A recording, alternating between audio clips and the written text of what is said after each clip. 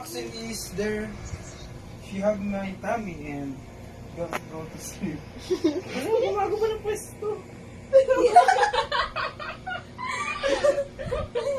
Pabebe! Pabebe Where's ka, Maxine, bigong guys? bakla ka ata.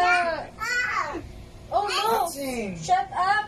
Say something funny, Maxine, if you're here. What is? It's not funny. Maxine, can you hug me if you're there?